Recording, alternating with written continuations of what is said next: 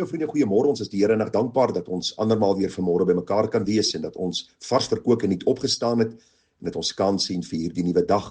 Die gebed van my hart is dat u so bietjie kon uitrus die naweek en dat u vanmôre dan ook hierdie week tegemoet sal gaan in die krag van die Here en in die naam van die Here u oë gefestig op Jesus die leidsman en volëinder van u geloof. Nou vriende, wonderlik om te weet dat die Here vir ons sê, sal ons nooit begewe en ons nooit verlaat nie.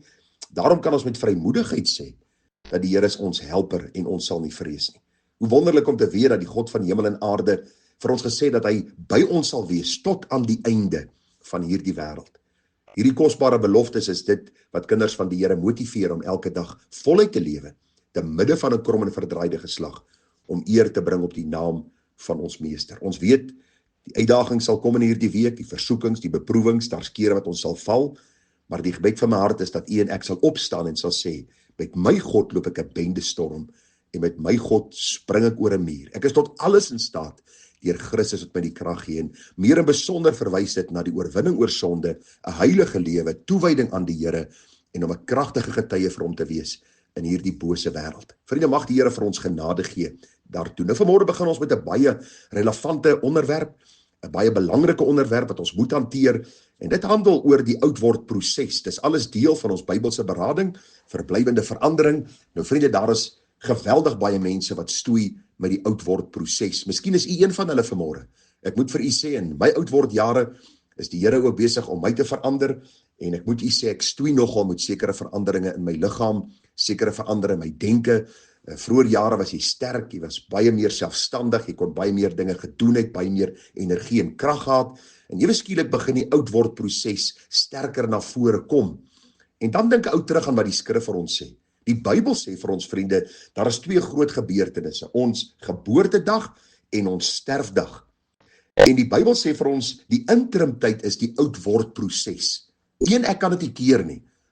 Ons kan wat se room gebruik, dit gaan nie ons oudword proses keer nie. Ons kan wat 'n vitamines gebruik. Ons kan 5 dae 'n week in die gimnasium wees. Ons kan reg eet. Die oudword proses is deel van elke mens se lewe. Ek dink so aan die groot en baie legendariese golfspeler Gary Player wat sy liggaam geweldig gekastei het. En ag vriende, ek sien hom nou die dag. Hy's nou al in die 80. En ek sien hoe daardie liggaam wat hy so goed opgepas het, stelselmatig besig is om te verval, soveel so dat die kragte al geweldig afgeneem het. En die Here kom leer my een les. Dit is 'n Bybelse reël wat die Here daar gestel het. Daar's 'n dag wat ons gebore word en daar's 'n dag waarop ons sterwe. En die interimtyd is die oudword proses waar ons liggaam stelselmatig afgebreek word. En ek gaan vir u vanmôre 'n gedeelte lees en ons gaan daarmee begin om te sien hoe kosbaar die Bybel vir ons hierdie waarheid beskryf in Prediker die 12de hoofstuk. Nou wil ek vir u sê, vriende, die boek Prediker is geskryf deur die man Salomo. Salomo was die opvolger van Dawid as koning in Israel. Salomo was die seun van Dawid wat hy by Batseba verwek het. En die Bybel sê vir ons, Salomo was 'n baie wyse man. Toe die Here vir hom gevra het, Salomo, begeer enige iets wat jy wil hê, toe sê hy, Here, gee my wysheid. En die Here gee vir Salomo hierdie ongekende wysheid.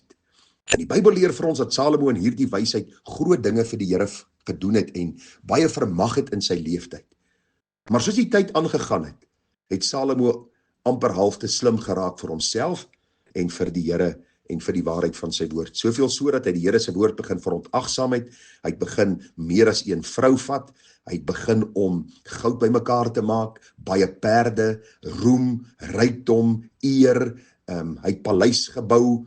Hy het al hierdie goed gedoen en stelselmatig het sy hart van God af begin wegbeweeg. Soveel so dat hy later afgode gedien het. En die meeste kommentaarskrywers is eens dat die boek Prediker Salomo se boetelied is. Wat beteken dit? Salomo kom aan die einde van sy lewe en hy skryf die boek Prediker en hy sê, alles te vergeefs, sê die Prediker, alles is te vergeefs. En hierdie uitroep van te vergeefsheid het gekom juis omdat Salomo alles probeer het om hierdie leemte in sy hart te vul, wat net God kan vul. En Salomo kom en hy sê, luister, daar's 'n tyd om gebore te word, 'n tyd om te sterwe, in die interim tyd maak ons by mekaar, ons koop, ons verkoop, ons trou, ons gee uit in die huwelik, ons het soveel dinge waarmee ons besig hou, maar as ons God mis in die proses, dan mis ons alles. En daarom gaan ek vir u hierdie paar verse lees in Prediker, die 12de hoofstuk, is die laaste hoofstuk van hierdie boetelied. En luister hoe beskryf Salomo die oudword proses. Hy begin deur te sê, En dink aan jou Skepper in die dae van jou jonkheid, voordat die ongelukkige dae kom en die jare aanbreek waarvan jy sal sê, ek het geen behaag daarin nie. Baie interessant is, hy begin om hierdie oudword proses te beskryf met, dink aan jou Skepper in die dae van jou jonkheid. Wat bedoel Salomo hierby?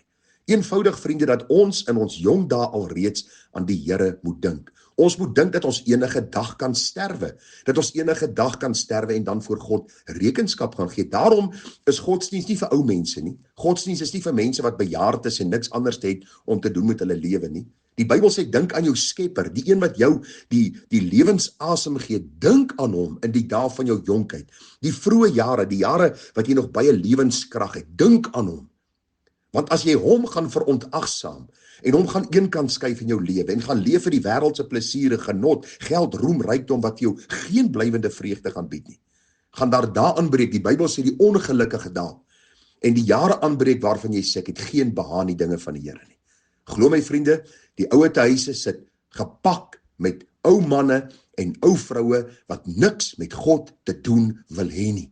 Godsdienst is vir hulle afstootlik, want toe hulle jonk was, het hulle lewe gewy aan hulle self, aan hulle genietinge, aan al hierdie dinge wat die duiwel vir ons aanbied, wat geweldig goed lyk en lekker lyk en 'n mooi baadjie aan het, maar die einde daarvan is weë van die dood. So Salomo begin en hy beskryf die oudwordproses met die gedagte, dink aan jou Skepper in die dae van jou jonkheid, voordat die dae aanbreek, waarvan jy sê het geen behaag nie. Nou sê vers 2, Prediker 12:2.